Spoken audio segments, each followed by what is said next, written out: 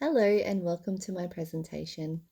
My name is Tamsin Tonks and I would like to start my presentation by acknowledging the traditional custodians of our land, with special mention to the Gundungurra people on the land in which I live in Goulburn, New South Wales.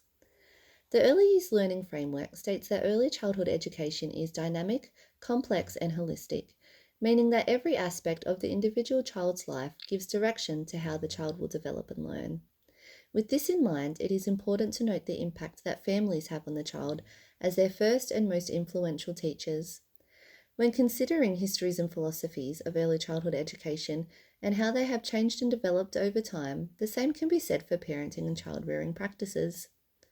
An example of this is schooling and parenting in the early years, where the common phrase was, "Children should be seen and not heard."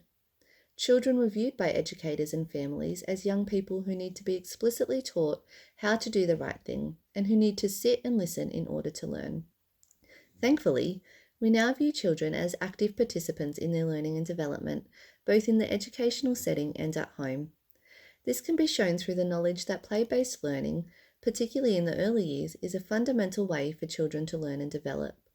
Lady Gowrie, who was a pioneer for early childhood education, recognised from early on the importance of families in early childhood development and education. Through her work, she also established parenting classes to educate families of that era on effective child rearing practices and the importance of play-based pedagogy. This shows us that from early on, early childhood educators have recognised the importance of incorporating families into the child's educational setting.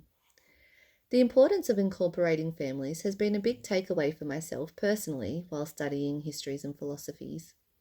Early childhood educators may state that families are involved in their child's education through the use of digital technologies such as apps. However, is it really enough for families to just view what their child is doing in their everyday schooling? Quality Area 6 of the National Quality Standards depicts collaborative partnerships with families and communities, which includes shared decision-making about their child's learning and well-being, and the family views are respected in terms of expertise of their child, as well as their values, cultures, and beliefs.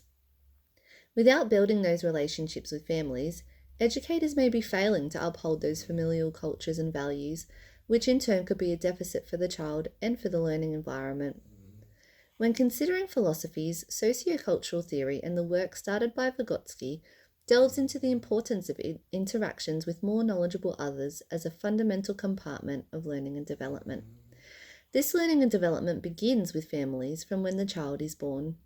The child learns about their culture, the ways of being and doing taught to them through their interactions with their family, long before they begin at an education and care setting. Therefore, it is important for educators to know their families, their cultures, and their diverse experiences in order to best educate and care for children.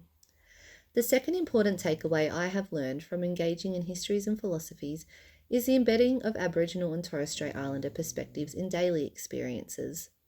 I am an educator who has typically found it daunting to embed these perspectives in a way that is not seen as tokenistic and in apprehension of being ingenuine. Being from an Anglo-Saxon background, I have personally not experienced the hardships and intergenerational traumas that have affected our First Nations people since settlement. I am always eager to learn more about these beautiful cultures and want to embed Aboriginal and Torres Strait Islander perspectives in meaningful ways. But the questions that arise are, where do I start and am I getting this right? Through engaging with the Possum Skin Pedagogy Learning Project, it became apparent that there are multiple ways in which to embed these perspectives. They can be as simple as following child interests in terms of sporting, such as Indigenous football legends, or as seemingly complex as the Indigenous kinship systems and going into our unfortunate history in an age-appropriate way. The takeaway understanding is to include it often. Proudly display Aboriginal colours in the classroom. Learn specific words in the country dialect. Use the Indigenous ways of doing when incorporating sustainability. And build respectful relationships with the First Nations people in your community, with the understanding that small steps often will guide educators in the right direction. Thank you.